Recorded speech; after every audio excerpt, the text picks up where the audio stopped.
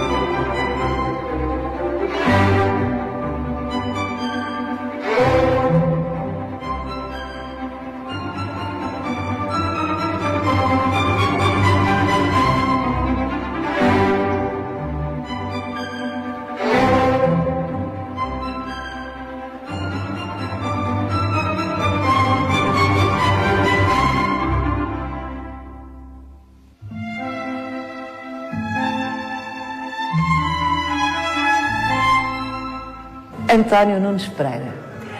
Quem não saiba nada da história deste palácio, chega aqui, olha, isto parece-lhe um palácio de conto de fadas.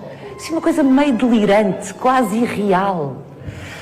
O encomendador do palácio, o rei consorte de Portugal, Dom Fernando II, teve realmente essa intenção. É um palácio absolutamente espetacular e, sobretudo, porque ele teve a sensibilidade de entender as diversas influências que o nosso país teve, de contactos com outros povos, que marcaram muito a nossa história e, em particular, um momento alto da história de Portugal, que é precisamente os descobrimentos no reinado de Dom Manuel I. E este gosto por esta cultura mourisca do norte da África, do sul da Península Ibérica, quando foi a ocupação dos povos árabes, mas também a cultura indiana, a cultura do rei Dom Manuel I, o que nós hoje em dia chamamos como de orgulho manuelino, todas estas influências que fazem parte do ADN português foram muito sensivelmente percepcionadas pelo Dom Fernando II, que era um rei estrangeiro. Ele vinha de fora, tinha nascido e crescido em Viena da Áustria, chega aqui, encontra esta multiplicidade de culturas, entende que estão na gênese da nossa nação e, portanto, o rei manda materializar estas culturas no palácio através da arquitetura, das artes decorativas, de uma forma muito artística, de uma forma muito escultórica, com uma mensagem muito clara. António, então, se bem compreendo, da parte de Dom Fernando II, este é um projeto, o Palácio da Pena, é um projeto político, tanto mais que ele manda fazer tudo isto com o seu próprio dinheiro. Que é um dado que às vezes as pessoas não têm presente. Exatamente. Isto não era dinheiro da coroa portuguesa, não era dinheiro sequer de Dona Maria II, Rainha de Portugal, era dinheiro que ele trouxe quando casou com a rainha. Sim. Isto é um projeto do rei, pago pelo seu bolso. É um palácio privado do rei e tem este propósito político. Nós não podemos distinguir aqui a questão estética desta afirmação junto do povo português, junto da nação portuguesa. Um rei muito jovem, que vinha casar com uma rainha igualmente jovem. Ele chega cá muito novinho. Tinha que idade? A Dona Maria II tinha 16 anos, ele tinha 19, faria 20 no decorrer do ano em que chega, 1836. E chega praticamente imberbe, muito alto, muito bem parecido, muito louro, mas sem barba. E o povo português, como nós sabemos, nós temos esta característica, colámos logo uma alcunha Zé Nabo. E, portanto, o Dom Fernando II era o Zé Nabo? O Dom Fernando II porque era imberbe. Porque era imberbe, era o Zé Nabo. E o Zé Nabo tem aqui esta dificuldade, como afirmar-se junto da nação, que ainda por cima tinha acabado de sair de uma guerra civil muito devastadora, e ele e a sua mulher, que era a Rainha de Portugal, uma menina de 16 anos, como disse, têm que se afirmar num trono do novo regime, que é o regime liberal. E eles vão realmente consegui-lo, sendo que este palácio faz parte desta afirmação, é a casa de um rei, é um castelo à maneira medieval, uma fortaleza que mostra a força do rei, ao mesmo tempo que tem toda esta imagética da história de Portugal, com uma afirmação de quem o construiu está à altura desta herança.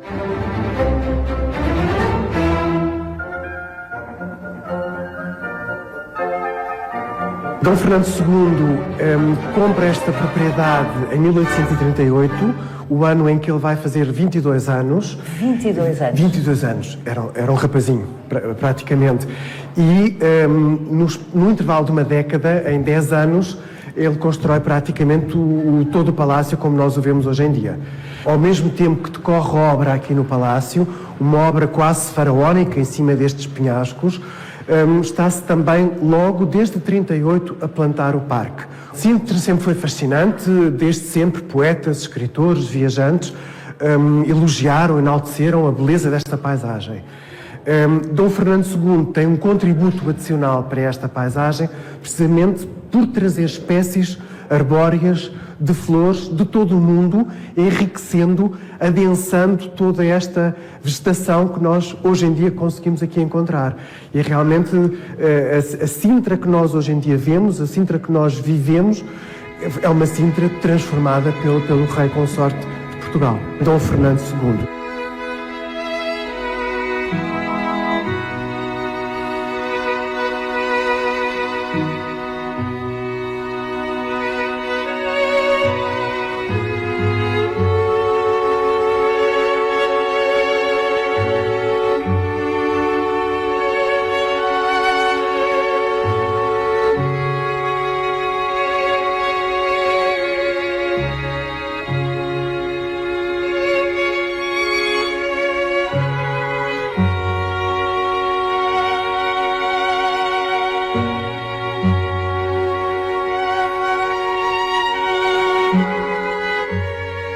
Esta maravilhosa capela é contemporânea de Dom Manuel I de Portugal, que fundou o mosteiro a que pertence precisamente esta capela no preciso início do século XVI. Exatamente. O que Dom Fernando compra 2 anos depois de ter chegado a Portugal, em 1838, é um antigo mosteiro fundado por Dom Manuel I, que se encontrava aqui neste local da Serra de Sintra e que estava abandonado. Apesar de tudo, estava classificado como património nacional e provavelmente, se não tivesse sido o rei consorte a adquiriu, essa venda nem sequer teria sido efetuada. E precisamente temos hoje em dia ainda mantido todo este ambiente e toda esta construção manuelina.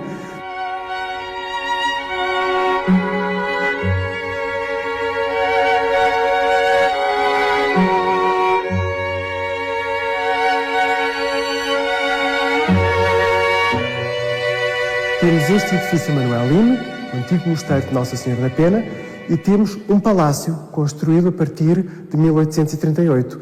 Portanto, são 2 edifícios que o Dom Fernando II, depois por fora, cose-os com a mesma pele arquitetónica. Há uma transformação dos exteriores de modo a unificar estas duas unidades que têm uma diferença de idades de mais de 300 anos. O que me surpreende, António, é como é que um jovem de 22 anos, porque em 1938 já ele tinha 22 anos, tem a maturidade, a sofisticação estratégica para edificar uma coisa tão complexa. Um jovem muito bem preparado, um jovem com uma educação de príncipe, um jovem com uma educação muito exigente em várias áreas, uma dimensão cultural muito sólida. E é preciso pensar que 22 anos naquela altura do século XIX não é o mesmo que 22 anos hoje em dia. Infantilizamos os nossos jovens um bocado. Eu acho que continuamos a infantilizar um bocadinho demais os nossos jovens. Portanto, já era de facto um homem com 22 anos. Já era um homem que vinha com um propósito muito concreto, consciente do papel que tinha que desempenhar junto da sua rainha, e portanto vem já com esta determinação e com objetivos muito claros. Um outro fator muito importante é aquilo que já se vai difundindo na Europa Central da história de Portugal. Por esta altura é publicada em língua alemã uma história de Portugal do autor do Heinrich Schäfer, que, entre outras coisas, dá muito enfoque à figura de Dom Manuel I.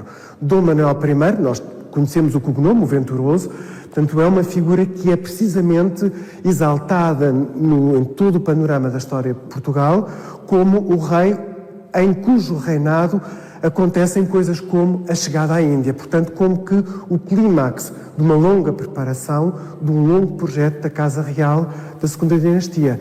Dom Fernando conhece esta obra, aliás ela está na sua Biblioteca das Necessidades, nós conhecemos isso dos inventários, provavelmente leu-a antes de vir para Portugal, conhece a figura de Dom Manuel I e eu julgo que terá sido um encontro muito feliz ele chegar aqui à Serra de Sintra, uma serra que estava na literatura romântica da Europa desta altura. Ele era um romântico? Ele era um romântico, completamente. Ele é um romantismo em Portugal nesta altura.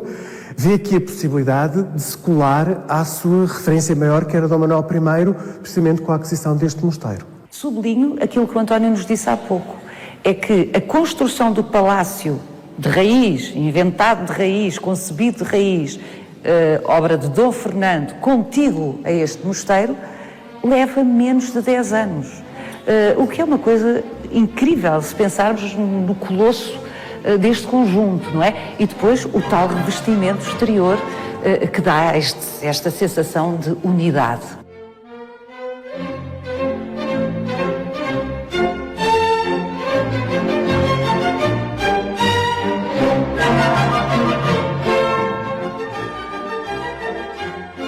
Dom Manuel I, não é por acaso também, que manda construir neste local exato, no topo da Serra de Sintra, este mosteiro. Não é por acaso. Sabemos que o rei estava a caçar neste local em 1503, quando daqui avista para sul a chegada da segunda frota de Vasco da Gama, vinda precisamente da Índia. Dom Manuel I vê nisso um sinal divino de proteção ao empreendimento dos descobrimentos portugueses e, como que agradecendo essa benesse, manda construir então aqui um mosteiro dedicado a Nossa Senhora da Pena como prova de agradecimento. Estamos, portanto, a falar de dois reis que de alguma forma se ligam a este lugar sempre com intenções simbólicas muito fortes, não é? Dom Manuel I e Dom Fernando II. Estes vitrais, mandados colocar aqui por Dom Fernando II, são uma espécie de explanação do seu programa político, de quem são as suas referências maiores, os seus guias, como rei consorte de Portugal. Exatamente. O vitral é encomendado pelo rei Dom Fernando II, é mandado fazer em Nuremberg, um vitral alemão, que tem aqui dois planos distintos. O plano inferior é o plano terreno, profano. Dom Manuel I segura uma maquete do Mosteiro da Pena, mas com um pormenor absolutamente delicioso.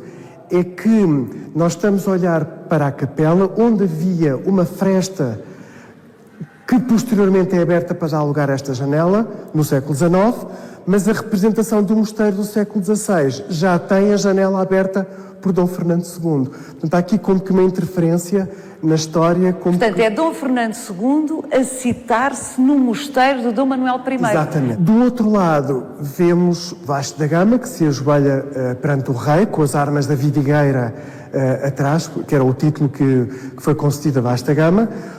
Temos caravelas e a Torre de Belém ao fundo, Torre de Belém que o próprio Dom Fernando faz pressão para ser restaurada na Barra de Lisboa. Portanto, temos aqui um conjunto de citações muito bem pensadas, com uma intenção comunicativa fortíssima.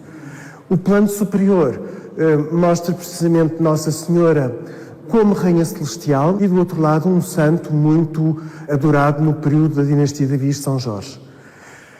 Em cima, no topo de tudo, obviamente, a esfera armilar de Dom Manuel I, por baixo a cruz de Cristo, mas na forma dos jeronimitas, porque isto é um mosteiro de São Jerónimo, e nos painéis circulares temos as armas de Dom Fernando, que como rei consorte tem duas armas, as suas, as que trouxe, da sua casa de origem? Da sua casa de origem, a Casa Real da Saxónia. Dom Fernando é, pela parte do pai, duque na Saxónia, isto é bastante importante, e do outro lado, as armas da sua mulher, a Rainha Dona Maria II, portanto, as armas da Casa de Bragança. António, aquilo que à primeira vista parece um palácio delirante, com esta nossa conversa está a revelar-se um objeto com uma imensa intencionalidade. Com uma imensa intencionalidade. Nada é deixado ao acaso. Tudo o que nós temos aqui no Palácio da Pena conta uma história. É um elo de uma imagem que se quer transmitir, de uma narrativa que se constrói com muitíssimo cuidado.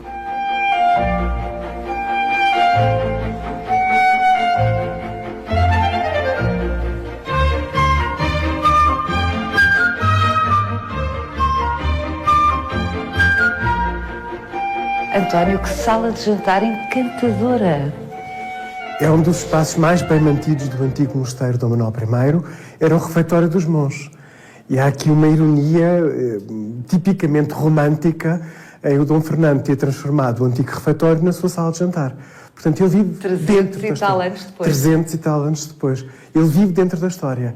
Isto é um mobiliário de Dom Fernando II, em que se pode, tal como nas nossas casas, esticar ou encolher a mesa conforme o número de tábuas que se coloca no meio. Portanto, pode ser uma mesa de 4 pessoas, pode chegar a 20 convivas. Da mesma maneira que, quando está a ser servido o jantar, se levantam os tampos dos trinchantes nas paredes.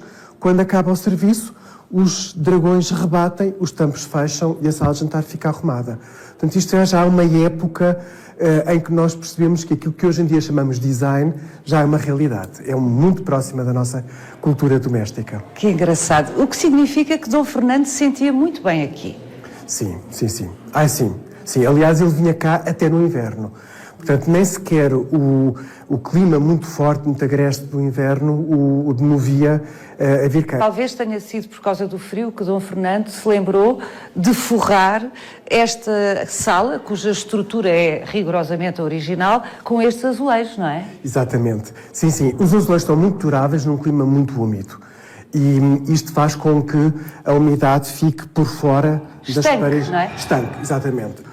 Não era muito usual até esta altura usar-se o azulejo em espaços profanos com esta profusão, paredes e teto, neste caso abóbadas, e isto também é uma inovação que o Dom Fernando introduz aqui no Palácio da Pena, quer nos corpos exteriores do edifício, portanto nas fachadas, quer nestes interiores, que ele cobre com este azulejo, também numa perspectiva de retomar a produção das manufaturas portuguesas, logo a seguir ao problema da Guerra Civil, que tinha deitado muita coisa abaixo durante este período. Foi preciso um olhar exterior para compreender o que é que podia puxar de melhor da nação portuguesa, não é? Não só ao nível das artes decorativas, onde sempre fomos tão bons, como da sua utilização inovadora, como é o caso, não é? O olhar exterior é muito, muito positivo. O Dom Fernando, no fundo, insufla-nos o orgulho, uma vez que ele percebe muito bem em que é que nós somos bons e as encomendas que faz são sempre nessa perspectiva. quer para as suas coleções particulares, quer pelo próprio estímulo aos artistas, aos artesãos. O Dom Fernando está realmente a investir na indústria, nas manufaturas, portanto, na cultura visual, na cultura do objeto português. Tendo Dom Fernando transformado este antigo mosteiro num espaço tão acolhedor como vemos, porquê é que Dom Fernando decide fazer um palácio? Aí sim de raiz. Porque Dom Fernando é casado com a Rainha de Portugal. E a Rainha de Portugal não é qualquer uma.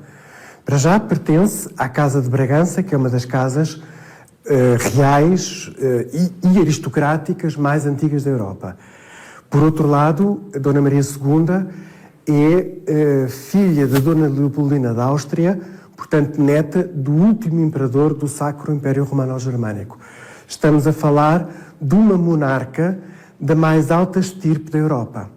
E se esta é a casa privada do rei Dom Fernando II, tendo em conta que este par, Dom Fernando e Dona Maria, realmente vivem uma vida muito feliz e muito próxima. Do outro, foi uma sorte, não é? Exatamente, foi uma sorte. Era um casamento combinado, claro, mas que resultou na perfeição. Dom Fernando vem sempre com a rainha.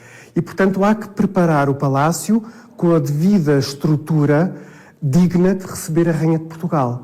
O Palácio Novo, construído por Dom Fernando II, tem então salas de aparato que possam acolher condignamente a Rainha de Portugal. Isto era muito importante.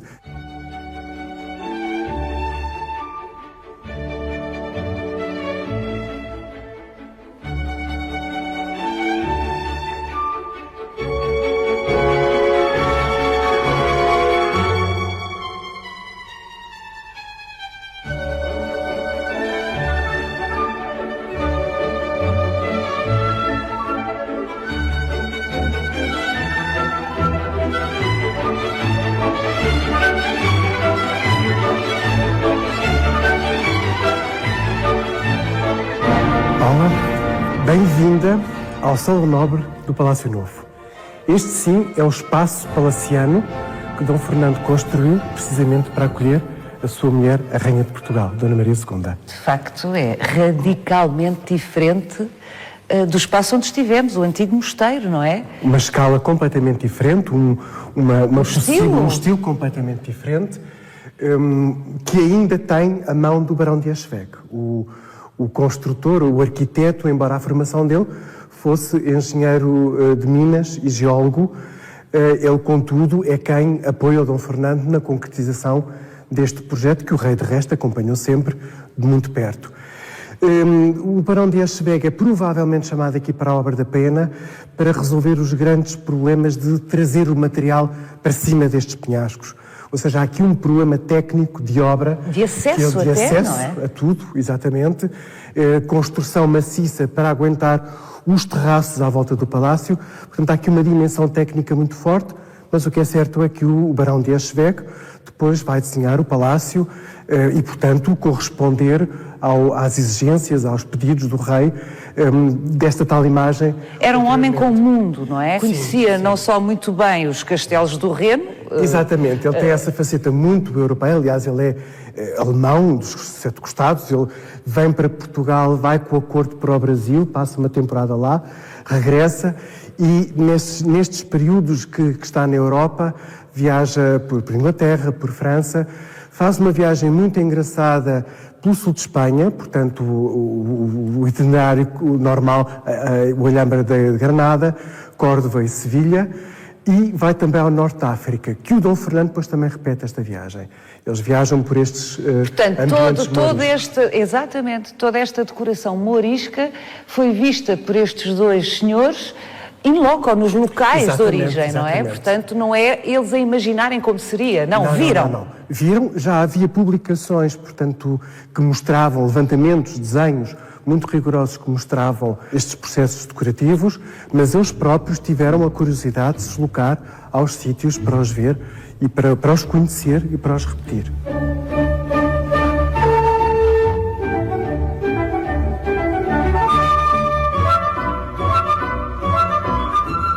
Bom, o António já nos disse que este palácio foi um presente, vamos colocar assim, de Dom Fernando II para a sua mulher, amantíssima, aliás, a rainha Dona Maria II, e, portanto, impõe-se perguntar, ela gostou? Julgamos que sim. Ela acompanhou muito a obra, nisso nós sabemos. Eles vinham muitas vezes visitar o avanço das obras da pena, isso também está registado. Sabemos também que ela fez algumas sugestões para o Palácio, portanto, parece ter um envolvimento bastante grande e de interesse de uma obra paga pelo marido, privada do marido, mas que ela supostamente iria habitar um dia quando a obra estivesse concluída. Infelizmente isso não chega a acontecer. A Rainha Dona Maria II morre muito jovem, com 34 anos, a dar à luz o 11º filho, que também não sobrevive ao parto. Foi uma tragédia muito grande para o Dom Fernando, ele ficou sem a mulher que amava, perdeu também um pouco do estatuto que tinha, uma vez que passa de rei consorte a rei viúvo, digamos. E é um pouco irónico este palácio novo, esta construção tão representativa, feita precisamente para esta vida em comum, onde a rainha seria uma presença constante, não ter chegado a ser utilizado, uma vez que a rainha não chega... Ela nunca chega a pernoitar aqui. Ela não chega a pernoitar. Eles não chegam a habitar o palácio enquanto residência, uma vez que as obras ainda estão a decorrer. A casa nunca chega a estar arrumada até 1853. Que é a data em que morre. Que é a data que ela morre, exatamente. A rainha Dona Maria II de Portugal. Exatamente. E a data em que Dom Fernando acaba por escolher habitar o Palácio Velho e mantém este espaço do Palácio Novo para visitantes e hóspedes. Romântico e triste. É.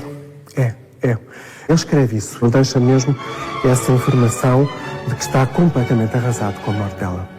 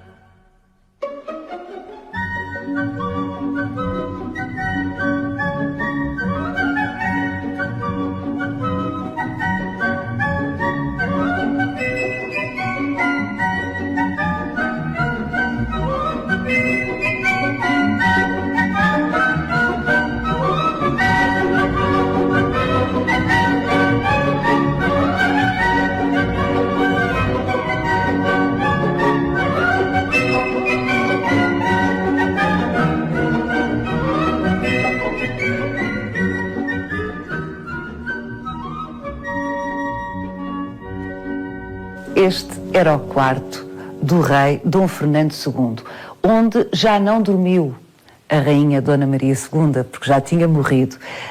Mas o discurso estético, a exuberância máxima mantém-se. Mantém-se e mantém-se até praticamente aos últimos dias do rei Dom Fernando II. O que nós estamos aqui a ver é a terceira campanha de decoração que este quarto teve e já é de 1881-82, pelo Domingos Meira de Afif, que retoma o tema do neomorisco, destes padrões extremamente densos, muito geométricos, com contrastes de cor, com a aplicação de folha de ouro, que o rei manda fazer aqui, como disse, 3 anos antes de falecer. É preciso ver que voltámos ao espaço do antigo mosteiro.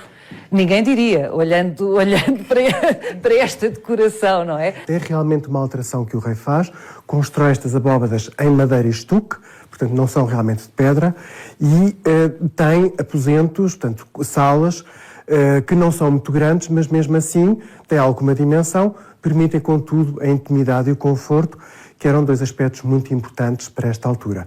E o rei realmente, depois do falecimento da sua amada esposa, vem para este lugar, reentra na história, volta ao seu Dom Manuel I, ao nosso seu Dom Manuel I, e com uma particularidade que é, destas janelas pode-se ver o Castelo dos Mouros.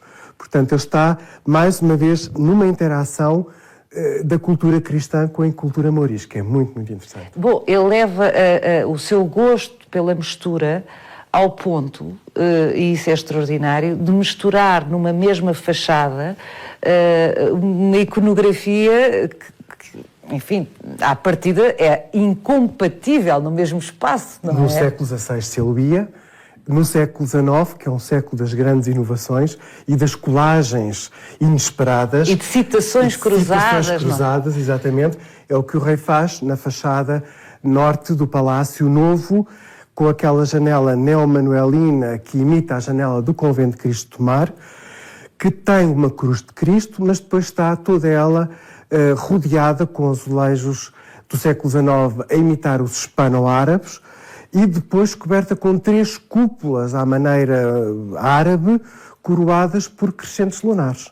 Portanto, nós temos aqui uma interação destas duas culturas que o rei percebeu, muito perspicaz que era, que muita importância tem no nosso ADN cultural. O nosso Dom Fernando é um germano-húngaro vienense.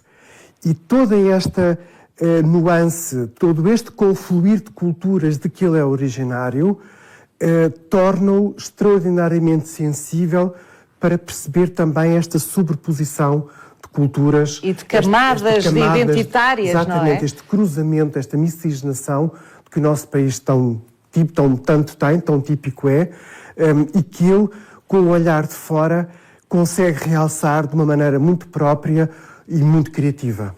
O que é muito interessante, António, é que, segundo percebo, foi este interesse que Dom Fernando II manifestou em citar grandes referências da cultura portuguesa, nomeadamente o estilo de Dom Manuel I, que faz com que depois as pessoas, suas contemporâneas, se comecem a interessar pelos originais que ele está a citar. Dom Fernando, ao mesmo tempo que está aqui na Pena a recriar todo este património que ele vê em Portugal, pressiona, por exemplo, que o Governo efetive restauros nos monumentos nacionais, como o Convento de Cristo em Tomar, como os Jerónimos, ali em Belém. A Torre de Belém? A Torre de Belém, exatamente, que já citámos hoje também.